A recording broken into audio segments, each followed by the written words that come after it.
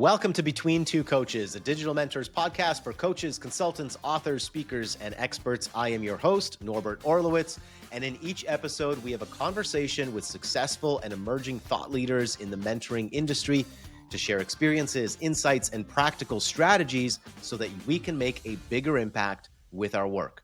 Now, this podcast is sponsored by our Digital Mentors Compass Workshop. Most coaches struggle to enroll enough clients consistently, not because they're bad at coaching, but simply because they lack clarity and simplicity in their marketing strategy. Simply put, they don't know how to stand out in their market and attract their ideal perfect clients.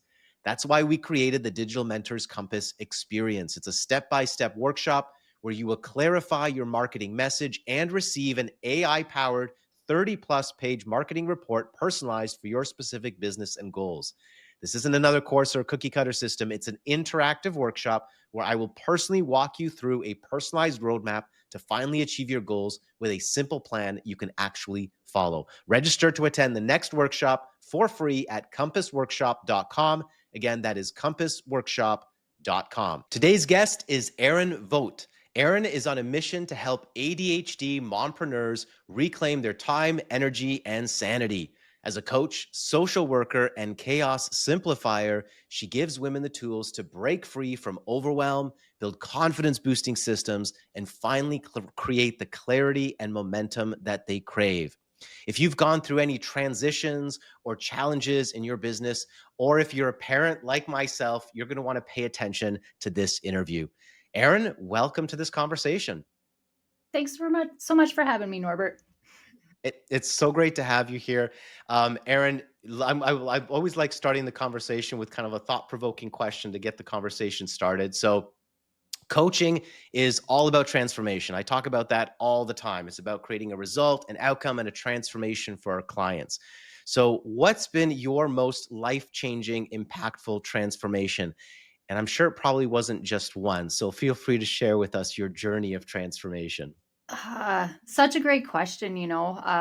Number of life events led to this. You mentioned that I was a social worker. One of the biggest things for me was getting out of the nonprofit sector and into business was a big one.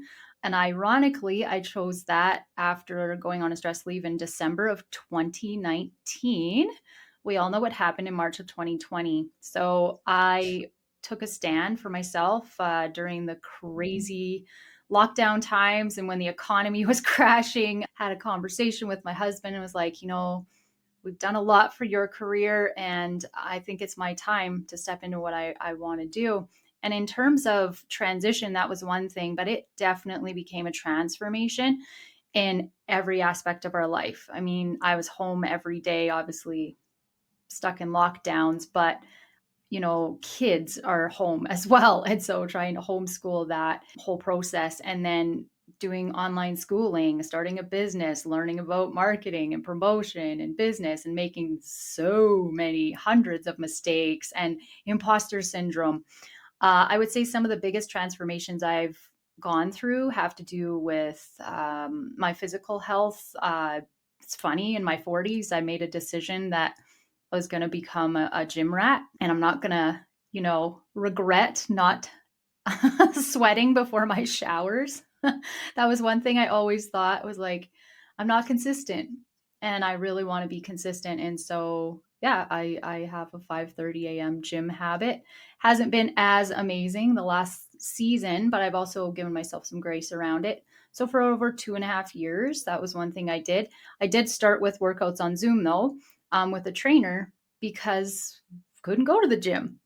And when you're committed to something like that, it transforms not only your mindset around it, but what you're capable of. Right. And so I'm like, okay, if I can handle these box jumps and these crazy burpees and push-ups and circuits and even running the track, which I hadn't even done since high school when I played rugby, was like, what else can I do? What can I do in my business?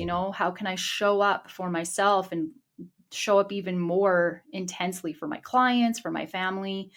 So it's really transformed a lot for me just in that element of what's possible. That's a huge transition from social worker to entrepreneur. I mean, any transition from the employee mindset Yeah. being used to that to now transitioning to an entrepreneur where you don't get paid for showing up. You don't get paid for the time you put in, for the work you put in.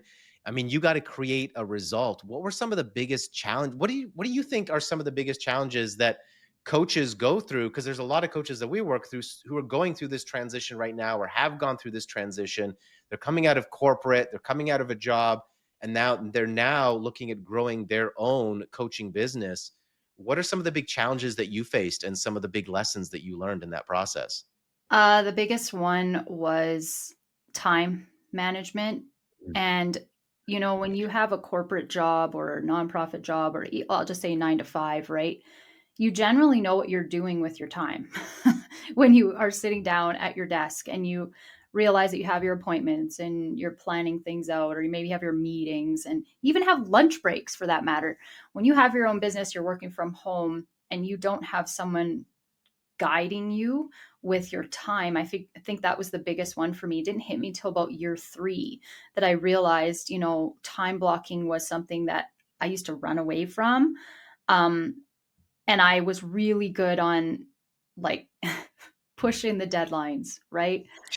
You got a event coming up and researching and planning things out, and you have like weeks to do it, but then it's like crunch time and it's almost this dopamine hit. What I realized is the front loading of a lot of the planning and then learning how to keep track of what you did with your time for Mhm. one, but then also keeping track of what you create. I think a lot of people struggle with actually knowing what they've already done and not reinventing it, and also getting frustrated, and I know you're all about this, is you can't try it once or twice, and if it doesn't work, stop. Quit pivoting. I think a lot of the time we get into it because we want a faster result, so we just pivot way too fast. And the other thing I will say, I was overcoached. Ooh, let's talk about that.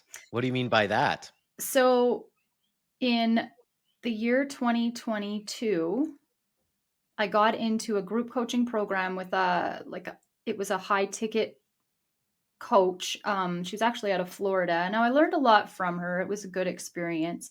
But at the same time, I was also in my schooling doing a mastery certification. And so there was coaching on top of that, right? Just little sessions here and there, plus your schooling.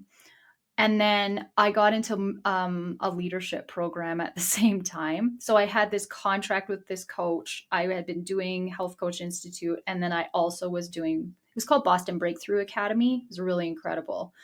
So multiple coaches as a part of that and peers, right? And I'm an extrovert and I love people. Plus, we were in complete chaos here in Canada.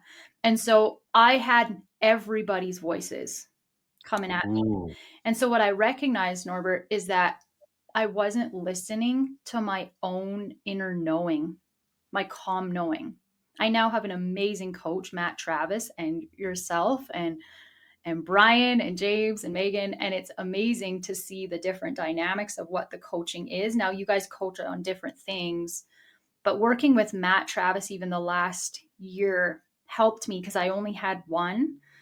And the other thing is because I started working with a man, I'd never done that. And Mhm. he is exceptional working with mompreneurs. But when you're overcoached, you don't know what your thoughts are. You're trying to please your coach, or you're trying to wrestle with what they told you versus this coach told you versus what you actually want to do. And so I don't know if anyone is in that position right now because people are constantly showing sponsored ads, especially with ADHD. You might be squirreling. You might be looking at new opportunities because it's fun, right? And you always think there's something better. So watch if you're being overcoached right now and be okay with saying no and park things for a season. That is such valuable information because I've seen that happen to clients. I've experienced it myself actually as well. Yeah. And one of the things that I'm always cautious of as a coach as well, I don't like calling myself a coach because I think I'm more of a Yeah. You're consultant cons and guide mentor per se. But I'm always very cautious. I always want to know if my clients are working with other coaches because I want to be really cautious about saying something that's completely opposite to the guidance they're getting from somebody else. Yeah. I always want to understand their context. What are you receiving from the other coach? Because I want to, if I'm going to go against it, I want to give you very good reasons for why I'm going against it. And otherwise, I want to try to support the work that you're doing with your other coach Mhm. instead of going against it. And what I find with a lot of clients is that they kind of feel like they're cheating on you if they're with another coach. Yeah. And so they don't tell you about it. Oh, I'm also with this other coach over here, but I don't want to talk about it. And I think it's really important to have that open communication. You want to think about if you are working with multiple coaches, think about them as a team, Yeah. your team, and you've hired them as your team. Yeah. So they should be working together to support you, not against each other. And unfortunately, I think I've seen that far too often. I'm glad that you brought that up because that's a really interesting thing to really consider. On that note, you talk about distraction, squirrel, Yeah. social media, all the messages that we see. Let's talk about ADD for a second, ADHD. So this is something that for me, I'll be honest, I've always been very cynical of. Mm. I always just saw it as a label, and it's never something that I would ever have labeled myself with until my teenage daughter started to educate me a little bit about this. And she is diagnosed ADHD, Mhm. and she started to share with me her experiences and connect with me with my experiences. And she's like, Dad, you're totally ADD. Like, it doesn't matter if you don't want to label yourself that, like you are. This is what you have to deal with. So now I start to have a bit more of an appreciation under and an understanding. Why is it important for somebody with ADHD to recognize that they have it, especially as an adult and especially as an entrepreneur? I love this question because I'm not somebody who's going to be on there with the fancy TikTok reels and, rah rah ADHD and all the hacks. What I am about is helping people understand that there are inherent strengths that you have. There's a reason that you've been wildly successful, Norbert, in business, and you're gregarious and you're risk taker and all of the things, right? And those are the types of creative qualities that we really shine in. And when we can corral those distractible parts of ourselves and get on track, it's really incredible to see how many people in the world, from a creative lens, have identified with ADHD. I mean, I'm not a huge fan of Hollywood, to be honest with you, but if you take a look at how do you put together a movie, how do you act, how do you do any of that, and you're able to just spontaneously adapt so quickly. And the other really great thing that I notice is I always make jokes in my client sessions.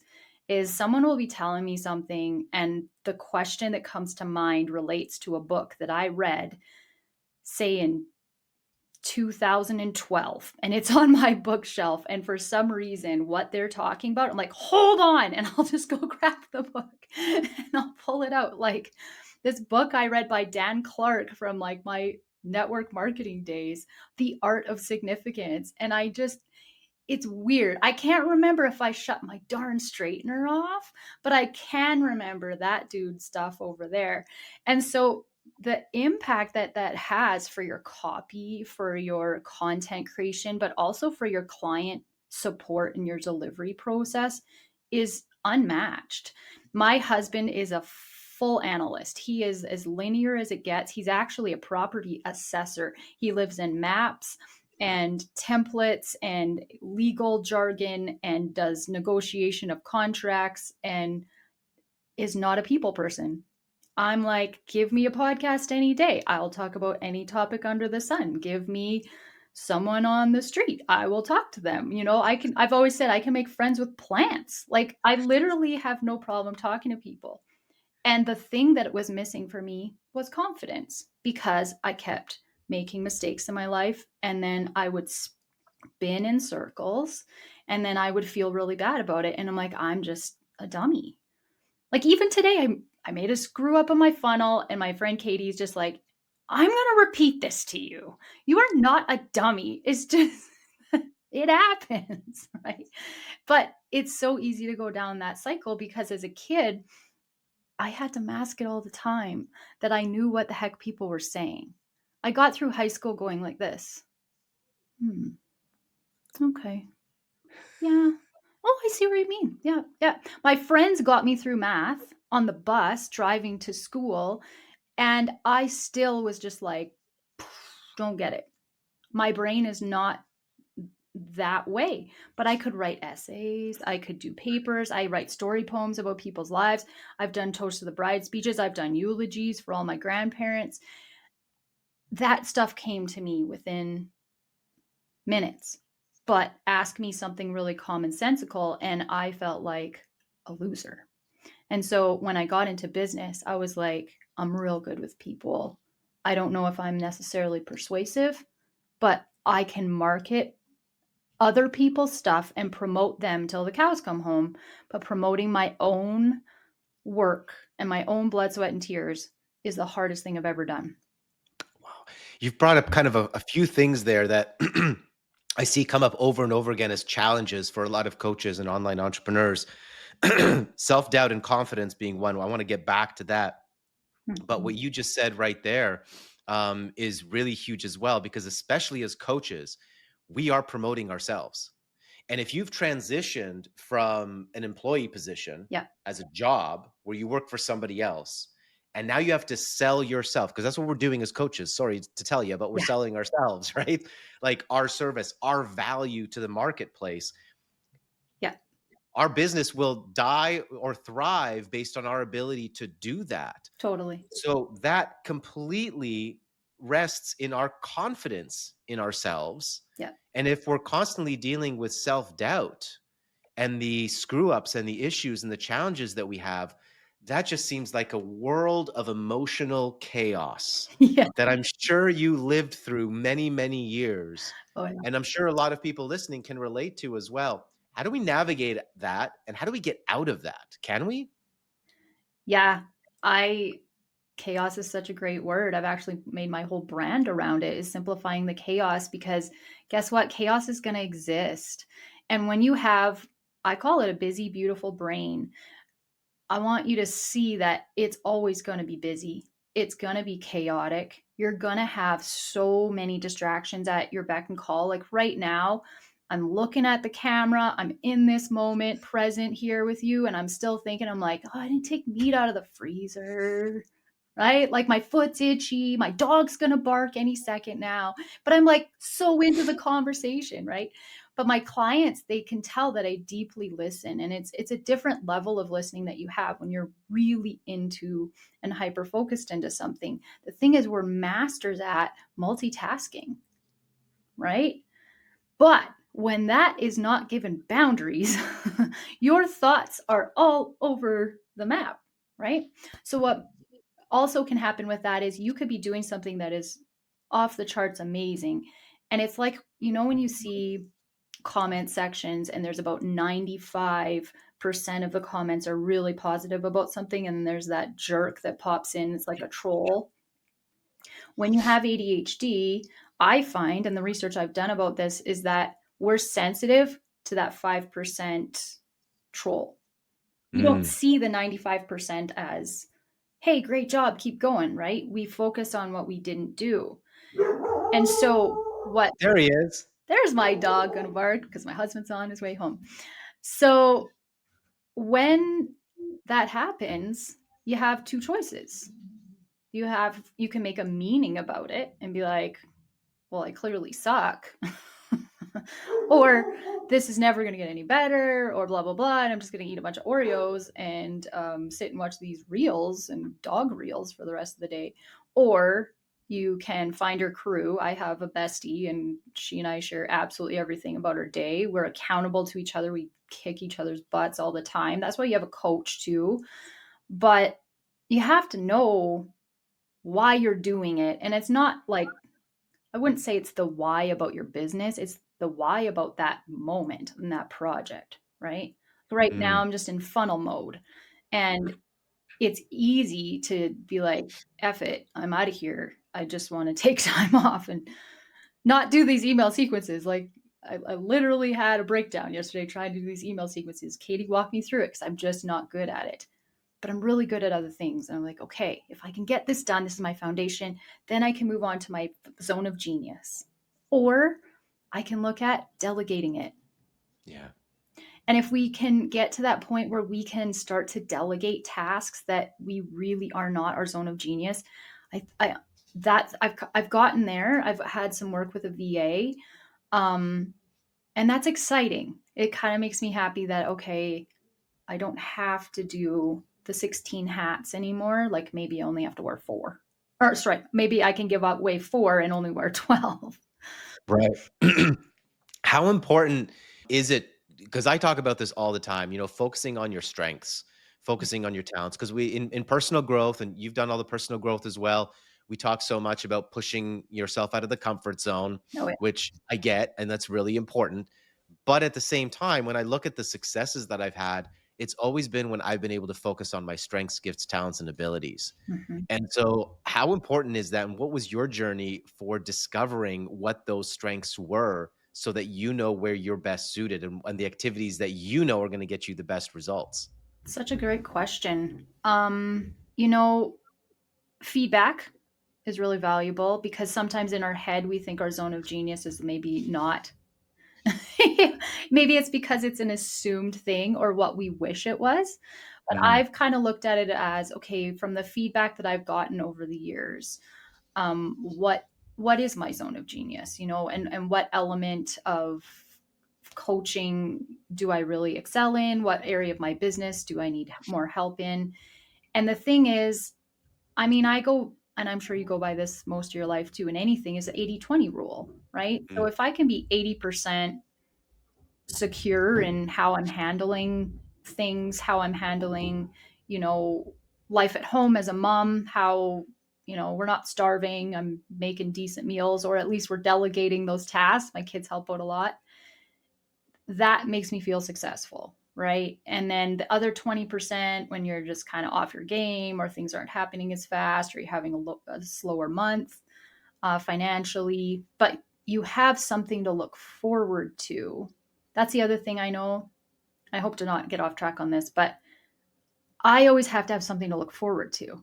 My whole mm. life, that's been the thing, right? You knew like if you had a camping trip coming up that you could get through this hurdle, right? If I didn't have something to look forward to, it was a grind. Like it was just like ugh, I just hated it.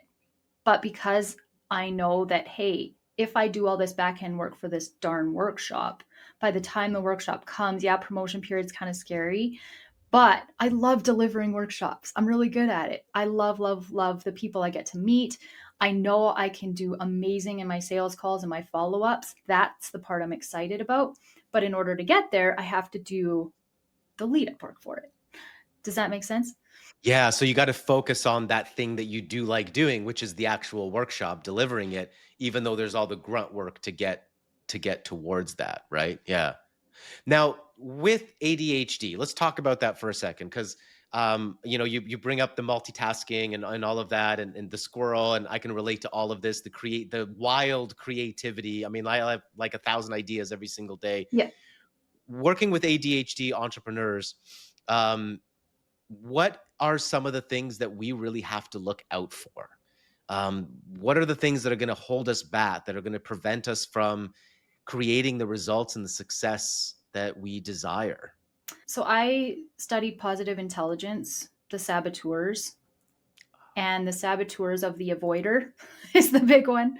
They will avoid contacting their coach. They will avoid the homework that they have not necessarily done. They will, because there's this deep seated kind of subconscious, I'm not good enough stuff that pops up. And so I know those patterns.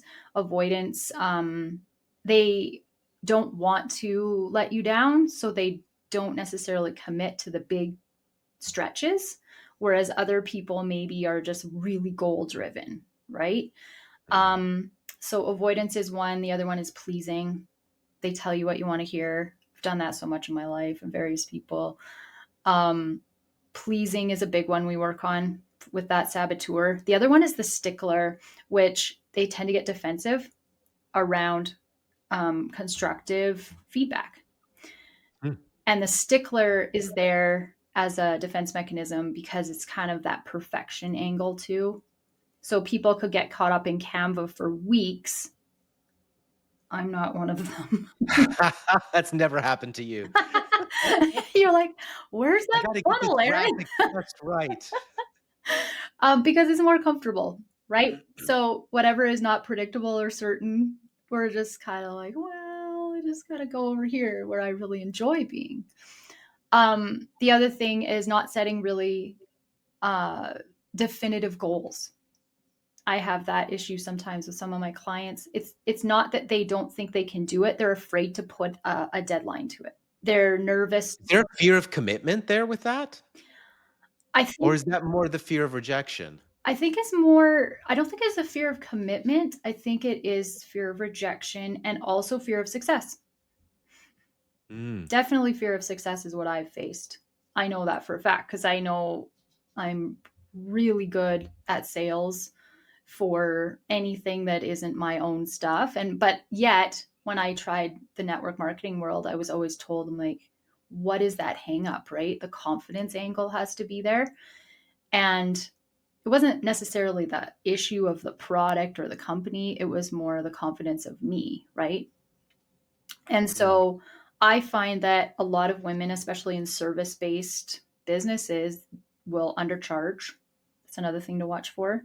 And I myself have definitely gone through that because it's also easy to give away what you love to do, right? I love talking. I love helping people. I love hanging out in DMs and coaching people and supporting them and being in a shoulder for them. It's been my whole life. And now I have to charge for it. Like that's a whole other mindset. And as much coaching as I've done, it's not secondhand for me, you know, yeah. to have that conversation around the offer. Um, I've definitely increased my sales conversions massively. But it's not easy. Do you know what I'm Mhm. saying? To pull Yeah, the trigger on that. right. Now, so you work a lot with systems, habits, and you on your website, you say chaos that you can handle. So when you're working with a client that's, dealing with their ADHD brain, what are some practical things that we can do to create a little bit less chaos in our daily business life? Great question. I really like to get a sense almost from an audit of, okay, where's the digital clutter in your business? Is it to do with your Google Drive? Perhaps there's tons of files everywhere and stuff that you've already done. You're not aware of it. Is it your email inbox? Is it your desktop? Is it your Canva? Because digital clutter, what I find is that it's easy to just compound the chaos of that, meaning you start to build something and then you just throw it in randomly and you're not even sure how to categorize it. So, how do you find it? So, you spend a lot of time in your search bar, you spend a lot of time in your sent items of your inbox. I know I sent this to a client, this contract template for my new client. It's got to be somewhere, right? And when I discovered Asana, I started using it because I was doing some part-time VA work. And I realized I was like, oh, this could be a one-stop shop for all of these things that I've done and information I want to get. You know, you copy things off of Chat GPT and you can put them in there. I lose track of a lot of things in files. I've spent plenty of time trying to create binders. My clients will say, I've got notebooks, I've taken tons of notes, I've done all these workshops and trainings. And I was like, what do you have to show for it? Right? When you don't have a system in place of how to keep track of your information that you've taken in and consumed, plus Mhm. information that's going out, that is straight chaos. And so I like to work from the office and business standpoint of that, of helping them just get a clear understanding and build their confidence over maybe even their email to start with. And then from a house perspective, I'm going to say it's the kitchen, big one. Meal planning is not, unless you really love it and that's your thing, struggle. We don't necessarily have to eat on time. A lot of us are snackers. I mean, yeah, I have a family, but to be honest, my husband does a lot of the cooking. My daughter's 13 now. She'll help out with things. but I'm not somebody that I had to teach myself how to really become good at that. It's not in my nature to just naturally have the ability to be like, okay, well, every Sunday we're going to make banana muffins and pack them for the lunches, right? You have to be intentional around that. So, teaching people with ADHD, first of all, they can have the confidence to do it. They can make the time to do it. Yes, you can. And you can ask for help and delegate and figure that out within your family. It's amazing the conversations that I have with my clients recently, actually, inside ADHD Success Sisterhood, my group program. We're just talking about things about even having the conversation with your kids, letting them know your why behind what you're doing, but also where can they step in and help out with the little things. And not just chores, but especially around meals, making their own lunches. My daughter's 9 and 13. I don't really make a lot of lunches anymore. Even my 9-year-old, she'll buckle down and do hers. And my 13-year-old will, on Sunday, she just pulls out the containers and puts her strawberries and cauliflower and sandwiches in there. And we have salads made up, and and they're all in the fridge. She's the one that does not have ADHD. My other one does. But it's cool to see those habits that we can just form over time, right? Time blocking them in. The other thing is not being afraid of time. That's what I'm Mm. trying to teach my clients. I used to be really afraid of time, Norbert, because I was like, rush all the time. Like, I'm always 5 minutes late. No, you choose that, right? That's sometimes I'm very time challenged myself as well. In one of these personality tests that I took, time was the weakest element, Mm, and it's like I let my wife, when we have to leave at a certain time, I just go on her clock. It's like, when are we leaving, babe? Because we're gonna be late if we go on my time. Always challenged around time. yeah. Um, so, another question that I have for you is I want to go back to the self confidence and the self doubt. Let me try that again. Okay, I want to go back to you. Okay, I want to go back to this topic about self doubt and confidence. So we mentioned kind of earlier, because this is a challenge that I've seen with clients a lot as well. It's so easy. There's so many different things that you have to do in your business, and it's Mhm. so easy to make mistakes. It's so easy. Many times we fail. Like, as an entrepreneur, you're going to fail many more times than you succeed. That's a Absolutely. rule, right? Mhm. And if that affects you negatively, which it does for so many people, like, I've built up a thick skin now, 20 years as an entrepreneur. Yeah, But for many people, I see that a lot of these little mistakes, little things that don't work up, like they put out a webinar and nobody shows up, right? For me, that's not a big deal anymore because I've done so many of them. But if that happens to you on your first time, I see so many people just crumble, right? They have one conversation, it goes bad, they just crumble. How do we deal with, because we're going to have so many more failures than we are successes. So how can we build up our confidence when we have so many things shooting down and increasing our self-doubt? You see what I'm saying? totally. I think we don't recognize how much we are accomplishing because like I've heard one of my clients, she's fantastic. She's a CEO of a cleaning company, and she's one of these people who loves lists, and she'll do something and then write it down just to check it off, right? So I think about if you're a mom, I want you to really recognize how much you've done today, just today. I mean, you probably ended up getting yourself up, your kids up. Maybe you had some sort of a workout or did a audio or reading of some sort, and you got your kids to school, you got everyone fed. You're dealing with traffic, perhaps. I don't know if your office is away from home, or you're dealing with so many fires that you're putting out, plus you're creating something that hasn't happened before, right? And I often think about a business of any capacity, and Matt, my coach, always is talking about, if you think about this mouse here, and someone came up with the idea of like an ergonomic mouse at one point, or a mouse pad, or these types of glasses. At one point, this was maybe an idea on a napkin, right?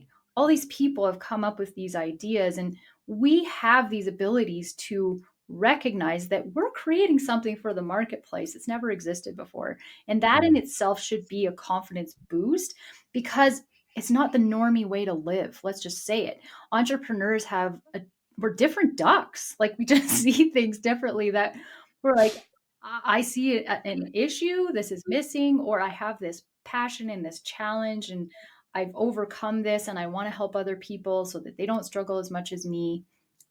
I think that we can boost our confidence by simply stepping in and looking at, okay, where have I come from?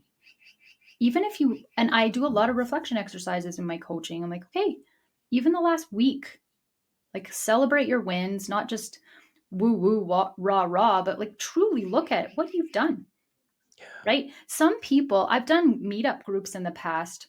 We had an entire conversation about the infamous issues of, something that you need to do, but you just keep putting it off. And it's almost like a Oh, scary thing. And I'm telling you, this one meetup we did was about a woman that had this fork on her floor. And we talked about it as a group for almost 45 minutes about like the thing, right? Mine used to be the vacuum that was in the living room, and I knew I could just easily move it in 2 minutes. But for some reason, it was a hang up. And so we tell ourselves that we can't do all these things, and it's actually not true, right? So a system that I use, this is a super simple, but we air dry our dishes when we wash them, leave them overnight. The number one thing I do is, while I'm making breakfast in the morning or making the kids lunch, there's always that lead time of, say your toast is in the toaster for 2.5 minutes. How many dishes can you put away in that time into your cupboard? It's a game, right? How fast can you unload your dishwasher, folks? Like, you can have fun with this. Or I'll do like jump squats while I'm waiting for my water to boil for my tea or something. Like, I just gamify it. And then I feel successful because it's like, ooh, it's like a mini win, right? is that the multitasking part of you creeping in? Because that feels like me multitasking again, trying to cram too many things into one activity. It is, but I've actually made a system of it, because now I know that if I have the toaster oven on for 3.5 minutes, instead of scrolling my phone or just standing there like this, I can, like, oh my gosh, how many things can I get done in that time? And it's fun, right? Or you put on a timer and you play a song.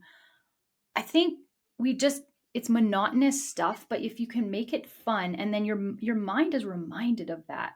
Like, I know on Mm. Sundays that I water my plants now. I used to let them always die. I don't know what it is about Sunday, but we chatting with my husband, like, pull out the watering can, and that's my thing, right? Sunday nights are for that. And it used to be that, "Oh, I don't have time." No, that's not true. Yeah. No, that's not true. So, I mean, you're talking about habits. Habits, big You're time. talking about creating new habits. So how do you intentionally what's your strategy for intentionally creating these habits for your clients? Because obviously that's part of your process, your framework that you work with clients Yeah. is creating these habits. What are some can you give us some tips on how we can create some of these new and healthier habits? Well, from a habit theory, when you think back to it, it actually stems from your thoughts, right? So you got to get it right in your thoughts. That, first of all, that's where the intention comes, because we know that thoughts lead to emotions, emotions lead to action, actions behavior, and our behaviors are habits. Habits happen over time. It's not necessarily about creating the habit, it's about creating the action versus inaction. Is the way I look at Mm, it. So then you do that enough times, you get a feedback loop in your head saying, oh, that feels pretty good when I do that, right? Taking your vitamins, can it become a habit? Yeah, actually, you can get those little things. You don't have to be like a senior citizen to do it, but you can get those little pill I've holders. got it. And Yeah. I have one from Melaleuca, right? And it's awesome because like each day it's got them on there. So I'll just, I don't know, Sunday night or Saturday, if I'm just standing chatting, I was like, pull out all the things and put them in. Like, I might take them 5 days that week. Otherwise, I might take them one if I just free fall it, right? So I don't know how to say it without the thought process starting it. It's not going to happen. But I'm telling myself there's a payoff. What's the payoff at the other end of doing this? There's got to be Mhm. something. I think it comes from the gym for me, because who truly wants to get up at minus 30 Celsius at 5 in the morning and drive to the gym with glasses on and getting dressed in the dark and then doing a ton of push ups and getting yelled at? There's a payoff for it after, right? And then it's become a habit for me because I've intentionally made that a choice. Yeah, interesting. And I find that a lot with people that that are able to build up a fitness habit Yeah, tends to then influence other areas of their life where they're more effective at creating habits. It's like if you 100%. can build a solid habit in one area of your life, there's a better chance that you can build those smaller habits in other areas of your life. So it's just getting the momentum in one thing and getting the successes in one thing to build up your confidence, perhaps. That's one of the biggest adages I learned in Health Coach Institute, because it was actually a habit change program I took. And they just said the way you do one thing is the way you do all things. And if you think about that with procrastination, it kind of rings a bell. But if you also think about that, like how you seek joy or how you seek comfort, how you do one thing is how you do all things. And you can actually take a look at different parts of your behaviors in your day, in your week, and recognize, huh, isn't that interesting? Just noticing, not judging it, Mhm. just noticing, why is it that I keep avoiding email? But yet I don't mind social media and I love it, right?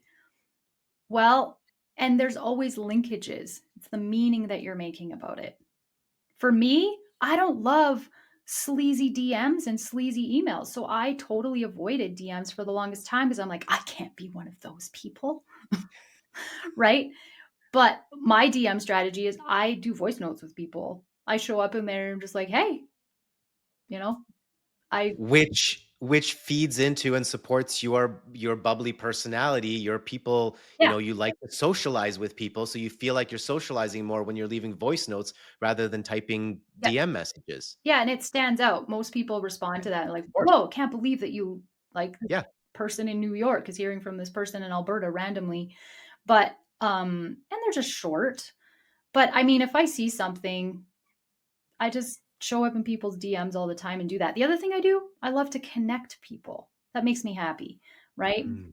And that's what it's all about, collaboration, connection. And Katie did an amazing workshop on just that, or pop-up event last Friday on that.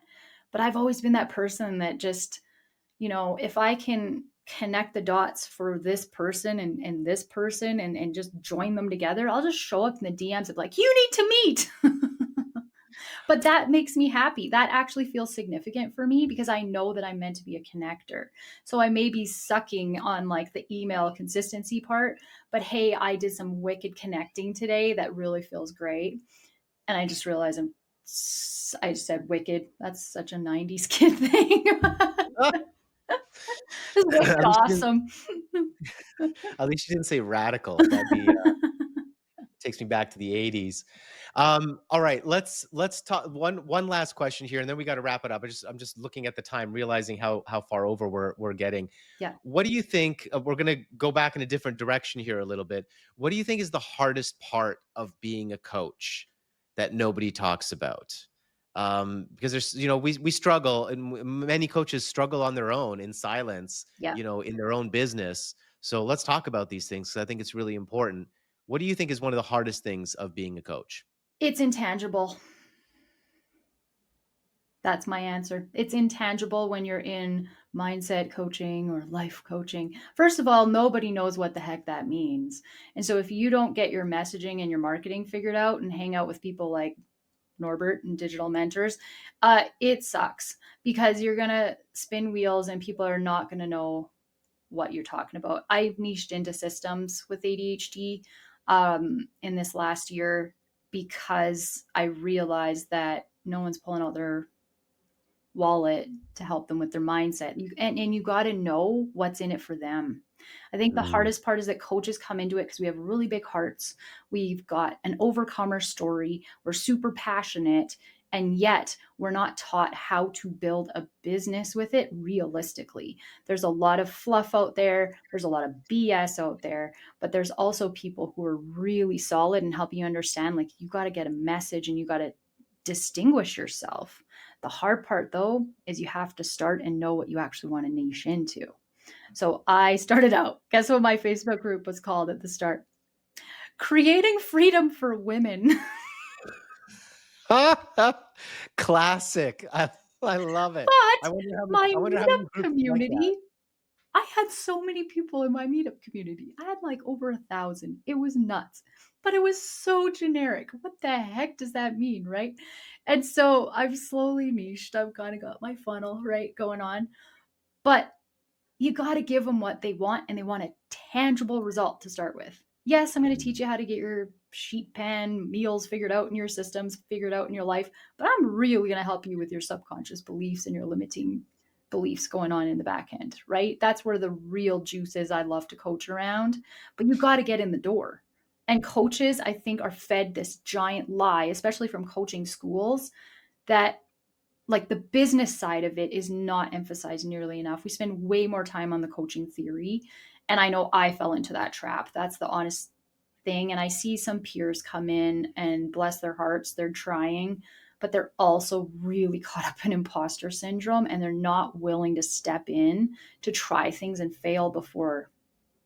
And the investment and not having an income, it's really challenging because then they are like, I'm not actually making it, but yet I have to show this face that I am. And when you're online, that's not authentic. I think that's one of the biggest challenges, Norbert, that I've overcome in the last 5 years is being okay with my authentic voice, even in my ups and downs. Yeah, that's really good. Erin, this has been fantastic. Thank you so much for being here Yeah. and for sharing with us your journey, your challenges, Yeah. your wins and your victories. And just tell really quickly for everybody, where can they connect with you? We're going to have all your links in the description and in the show notes as well. But where can they get perhaps one of your lead magnets, your opt-in gift? Where can they connect with you? I'm primarily on Facebook, folks. So you can find me, Erin Vogt, VOGT. I usually have a pink shirt on in my profile. And I love the DMs and love to chat, connect calls, coffee chats, all the things. I love to collaborate. If you happen to work with mompreneurs, especially, and or in the world of ADHD or anything to do with mental wellness, I'm game, and I would love to meet you. Awesome. Thank you, Erin. This has been a really great conversation. Thanks so much for coming on the show, You're welcome. sharing your insights. We will leave all the links, like I said, in the description and in the show notes as well. And if you're a coach, consultant, trainer, or expert, and you would like to clarify your marketing message so you can enroll more clients, come join us for that Digital Mentors Compass workshop. It's free. It's an interactive workshop, and we're going to help you get crystal clear on your messaging and your offer so you can attract more of your perfect clients without all the guesswork. You can register for free at compassworkshop.com. And if you enjoyed this workshop, please share it with your network. We're a new and growing podcast. We really need your help. If you enjoyed this episode and our other episodes, please share it with your networks. Be sure to subscribe as well. This has been a conversation between two coaches.